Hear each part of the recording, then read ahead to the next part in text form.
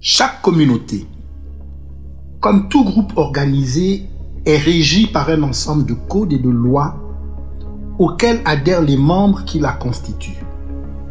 Cependant, le respect de ces lois suppose que celles-ci permettent d'atteindre efficacement et effectivement la paix, la justice et le bonheur auquel chaque membre de la communauté aspire. Ceci est vrai pour une famille, une mosquée, un cercle initiatique, une entreprise, un village ou toute autre collectivité locale. Ceci est également valable pour l'Église et à plus grande échelle, la nation.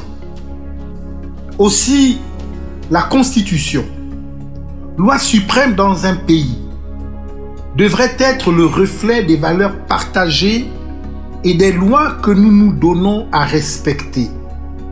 Oui, elle devrait refléter nos valeurs culturelles et être le garant de notre code d'éthique. Notre pays, le Gabon, est une nation bantoue au sein de laquelle plusieurs communautés cohabitent. De fait, quand bien même nous nous moderniserions, il est primordial de respecter le socle commun, notre identité sur lequel repose la cohésion sociale et l'unité nationale. Nous sommes donc consternés de constater que la Cour constitutionnelle a récemment ratifié 3 textes de loi dont nous pensons qu'ils sont susceptibles de causer l'effondrement du tissu national. Il semble que chacune de ces 3 lois vise à accentuer les fractures déjà existantes en termes d'identité spirituelle, d'identité culturelle et en termes de statut socio-économique. Le premier texte de loi traite de la liberté du culte. Je me sens plus que jamais légitime pour en parler, sans pour autant me focaliser sur ma confession religieuse. En effet, je veux ici m'élever au-dessus des considérations singulières et être en capacité de rassembler sous une même bannière les filles et les fils de notre nation, dont certains tentent de faire une république bananière. Cette loi vise simplement à réduire nos capacités d'organisation, de communication, d'inspiration, d'information et donc de mobilisation, car le régime en place semble en avoir peur. La loi ratifiant la dépénalisation de l'homosexualité constitue un appel du pied à un réseau international de lutte contre les discriminations. Ces valeurs importées sont imposées de façon à faciliter la déstructuration de notre société et par conséquent la captation et l'appropriation frauduleuse des ressources de notre nation. La loi ciblant l'interdiction de la mendicité vise à faire du Gabon un tombeau blanchi.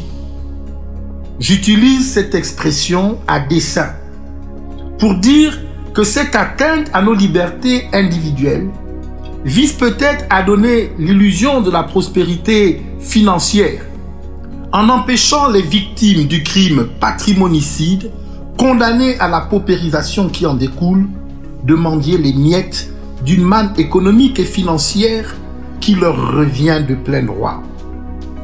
En enfermant les compatriotes poussés à quémander, nos dirigeants veulent tout simplement faire d'eux des mendiants confinés dont ils ne seront plus obligés de croiser le regard. Dans un tel contexte, je prends de fait la tête de la lame de fond de contestation qui se fait sentir partout où les personnes de bonne volonté veulent bien porter le regard. Je suis de ceux qui croient en la puissance et la vertu de la gouvernance éthique et du leadership moral de la nation. Si les lois votées au Parlement et validées par la Cour constitutionnelle ne représentent pas la volonté du peuple, j'appelle de mes vœux toutes les personnes désireuses de se joindre à moi dans cet élan de patriotisme national pour élever une voix organisée pour structurer, éduquer, former et informer les jeunes générations en leur disant que l'avenir du Gabon est beau. Paraphrasant Patrice Lumumba, je dirais que cet avenir ne peut pas se décider dans des officines et des salons feutrés, loin de notre terre sacrée. Je me dresse pour dire non à cette énième forfaiture qui ouvre la voie à un asservissement de l'esprit, de la raison et de la morale. Je suis Mike Joctane. J'ai un autre regard sur le Gabon. Que Dieu bénisse le Gabon.